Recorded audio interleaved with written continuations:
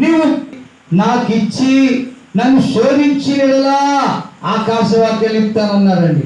దేవునికి ఇస్తున్నావా? మనం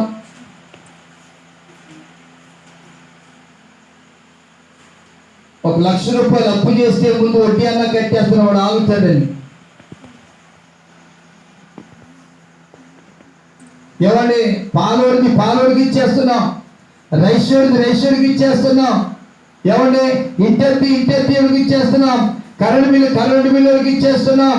ఏమండి, ఏదైనా వడ్డీ గప్పు తెచ్చేకి ఇచ్చేస్తున్నాం, బుధవారాలకి ఇచ్చేస్తున్నాం, శనివారాలకి ఇచ్చేస్తున్నాం, ఆదివారాలకి ఇచ్చేస్తున్నాం. మరి దేవుడికి ఇస్తున్నావా? ఎంతమందికి ఎన్ని ఇచ్చినా కానీ ఇంకా అప్పు కనపడుతూనే ఉంది. కానీ దేవుడికి ఇస్తే నిన్నేమంటున్నాడు? పొలంలో దీవిస్తాను, ఇంట్లో దీవిస్తాను, పట్టణంలో దీవిస్తాను, నీ దుక్కుడెత్తులు, నీ భూపట్టలు దీవిస్తానంటున్నాడు. ఆ దీవులన్నీ వస్తే నీకు అప్పులు ఉంటాయా? ఉండవు. మరి ఈ రోజు నుంచి మనం ఏం చేయాలి? ఏమా అంటే నేను చెప్తున్నానని కాదు, ఇది నేను నమ్మిన దేవుడు చెప్పిన మాట, ఇది నా మాట కాదు.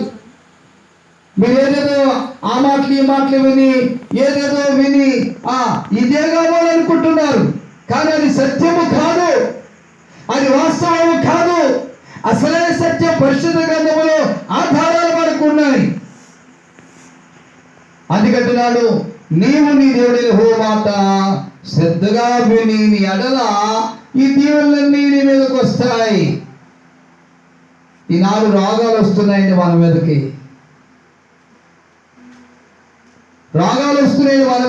దీవులు రావట్లేదండి. కారణం దేవుడు చెప్పింది చేయటం లేదు, దెయ్యం చెప్పింది చేస్తున్నావు. దేవుడు అంటాడు, ఆ దేవుడికి ఇస్తుంటే దేవుడు తీసుకుంటున్నాడా? ఆ పాస్టర్ తీసేసుకుని బాగుపడుతున్నాడు, ఇవ్వద్దు అని చెప్తుంటాడు. ఆ మాట మీద నిజమే కదా, నేను పాస్టర్కి చెప్తున్నాను, దేవుడికి కాదు కదా అని మనసు అనిపిస్తుంది. దేవుని పని చేసేవారు ఎవరంట? పాస్టర్ గారు. మరి దేవుని పని చేసే వారికి దేవుడు ఏమి ఇవ్వాలంట? జీతం ఇవ్వాలి. ఆ జీతం ఎలాగిస్తారంట? మీకు ₹10 ఇచ్చి ₹1 నా సేవకునికి, అది నా సేవకుని జీతం అన్నాడు. ₹9 నువ్వు తినమన్నాడు కదా. ₹9 నువ్వు తిను, ₹9 నువ్వు అనుభవించు.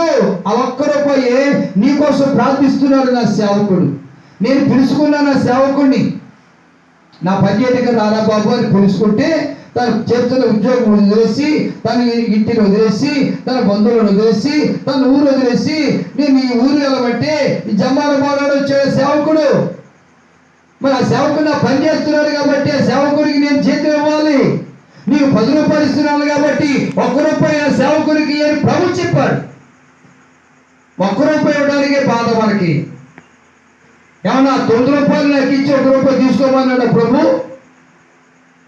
₹9 నువ్వు తినమన్నాడు. నేను ఇస్తున్నాడు ₹10, ₹9 అనుభవించు. ఆ ₹1 నీ కోసం, నీ పిల్లల కోసం, నీ పశువుల కోసం, నీ భూపట్ల కోసం, నీ వ్యాపారాల కోసం ప్రార్థన చేస్తున్నాడే. మరి వ్యాపారం దీవించు ప్రభు అని ప్రార్థన చేస్తున్నాడే. మీకు నీతి మార్గపు మాటలు బోధిస్తున్నాడే. అతని జీతం ఈ ₹1. అది కూడా మీరు తినేస్తే మీ మీదకి ఆశీర్వాదాలు రావు, రోగాలు వస్తాయన్నాడు. ఏమొస్తాయేమా? చూడండి, 28వ అధ్యాయము 15వ వచనం చదవండి. 15 ద్వితీయోపదేశకాండం చదవరా? ద్వితీయోపదేశకాండం 28:15.